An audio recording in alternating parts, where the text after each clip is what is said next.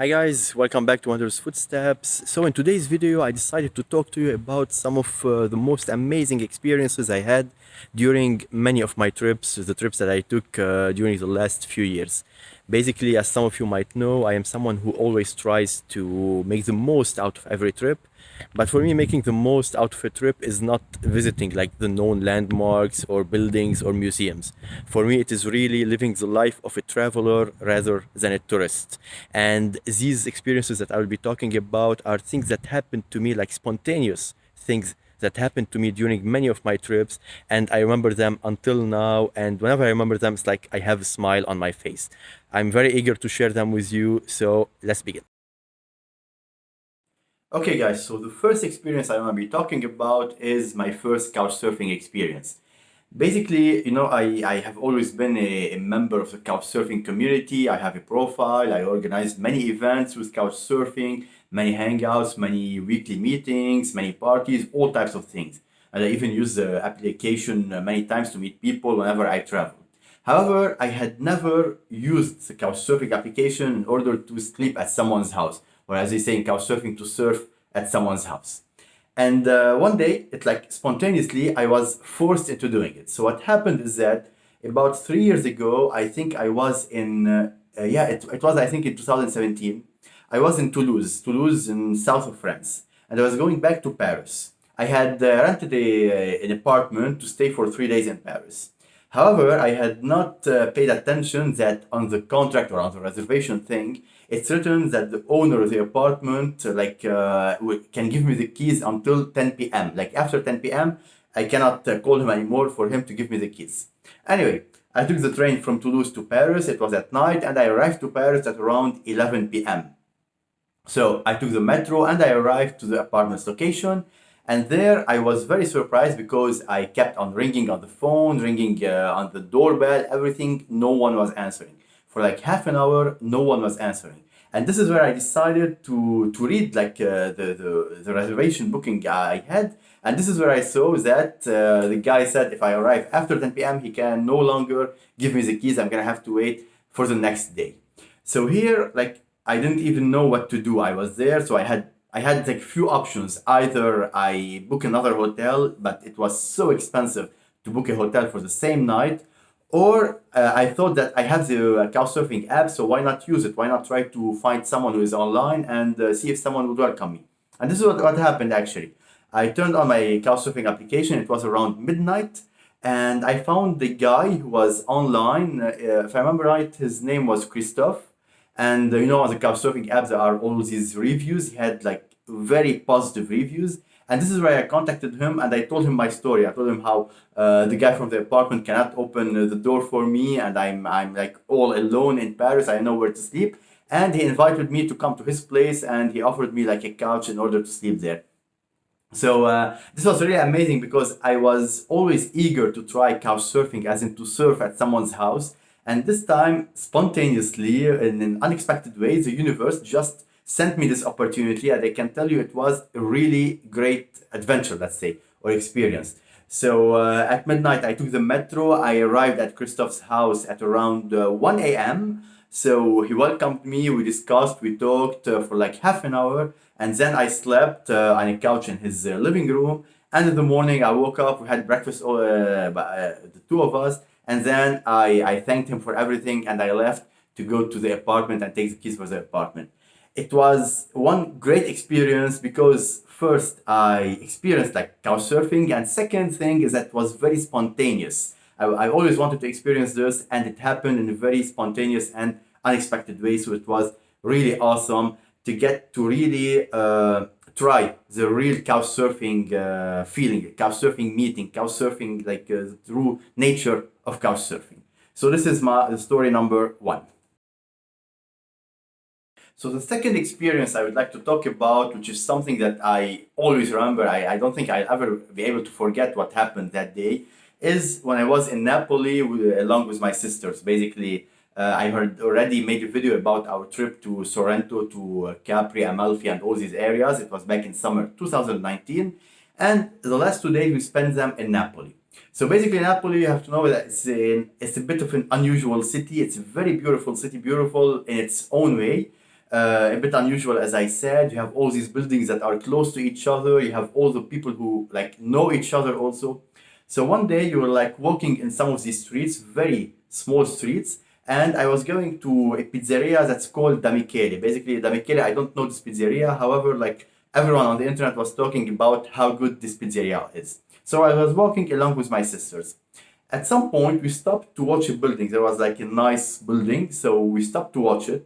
And here, there's a couple of people who come to talk to us, or there was a man along with his wife. They came to talk to us and they told us like, where are we going? They asked us, where are we going?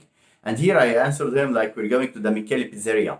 And here the guy told me, no, you should not go to the Michele. You should go to another pizzeria called Triano. It's much better. He told me the Michele won't even be able to sit. It's always full. However, Triano, you'll be able to sit. They have great pizza and great prices.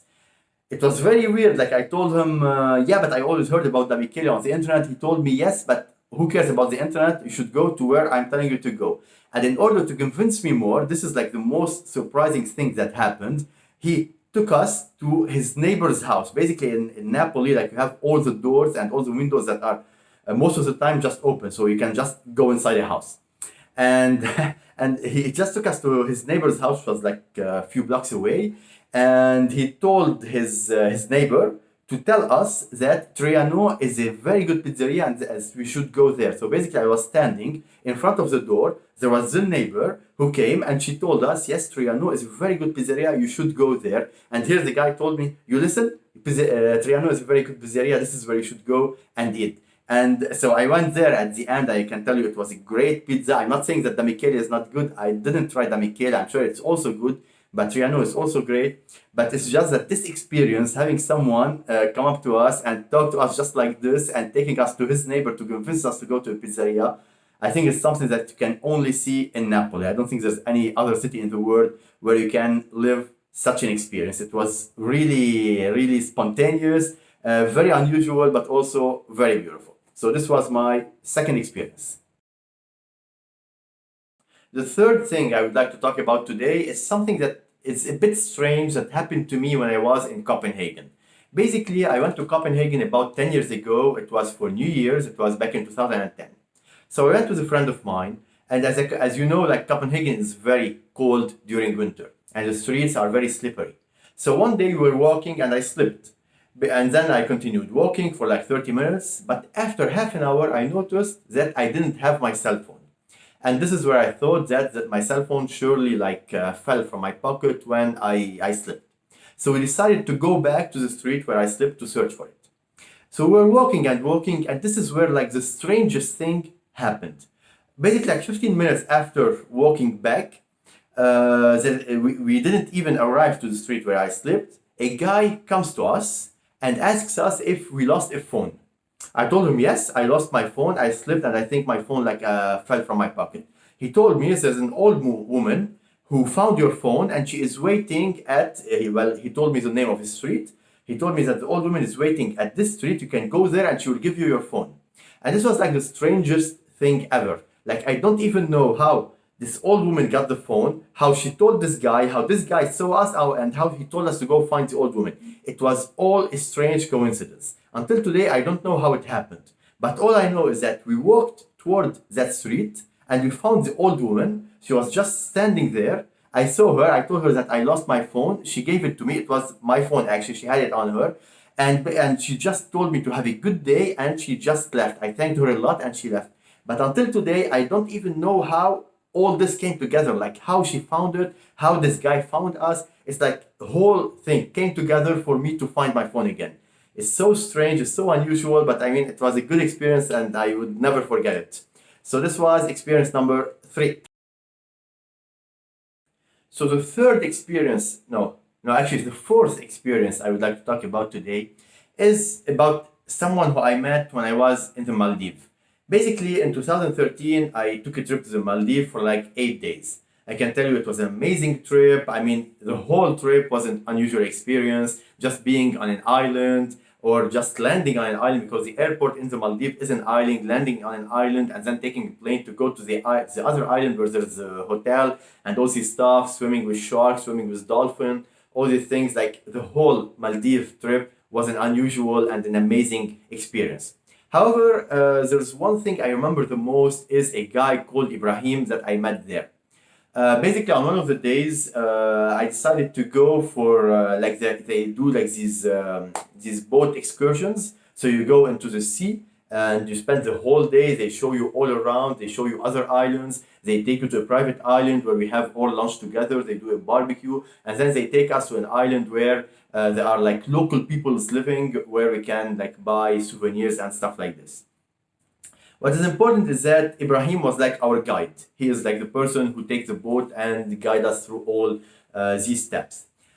One day we were like in the middle of the ocean, and I went there and began discussing with him like how long has he been working, how long has he been in the Maldives, has he ever traveled before, and this is where like he gave me a very interesting life lesson, and this is life lesson that I have been living by until now.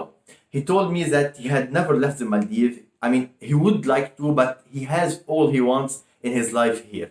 He is happy, he has money, his family is happy, he gets to eat, he gets to do everything he wants. And he told me it's very important to be grateful for whatever we have in life. He told me like lots of people always want to travel, always want to do more and more stuff. And this is what makes people sad.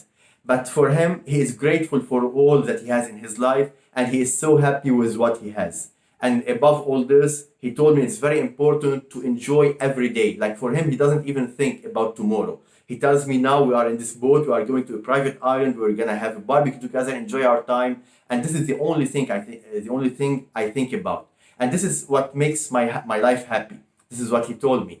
And just to live every day, to live every moment, to make every moment precious, it's like carpe diem if you want. Basically, I talked with him for like 30 minutes about the subject. It was very nice. Like imagine we're like on this boat in the middle of the ocean, going towards an island, talking about subject about life, how to make the most out of life, out of every moment, how to be grateful for everything we have in this life. I am sure that I would never forget this conversation, because I think that these are the kinds of conversations that really stay engraved in our minds. So the guy's name is Ibrahim. This was back in 2013. I'm not sure if he's still there or not. When I was there, I was in Villa Mindu Hotel and Spa in the Maldives. So if you ever go there, perhaps you can take this boat excursion and meet Ibrahim and have the same discussion with him. So this was my fourth experience.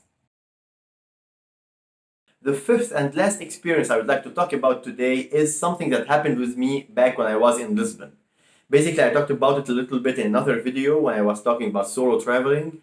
And because I was saying that solo traveling is really interesting for me, and Lisbon was my first solo trip destination. It was the first time I traveled all by myself. It was an amazing trip. I enjoyed it a lot. However, the last day in Lisbon, just a few hours before I go to the airport to leave the city, I had a very beautiful, let's say, encounter. Basically, I was walking through this street, this pedestrian street called, I think, Rio Augusta. And while walking there, I saw this girl who was sitting on the floor with a big paper, and she was drawing. Her drawing interested me a lot. It was something very abstract, and I really like abstract stuff. So I stood there by her side for like 30 minutes, just looking at her drawing. It was really amazing. And then I sat next to her and I asked her how much longer does she need to finish it. She told me like she needs like an hour. And she asked me if I would like to buy the painting. I thought, yeah, why not? I mean, it could be like the best souvenir I have from Lisbon.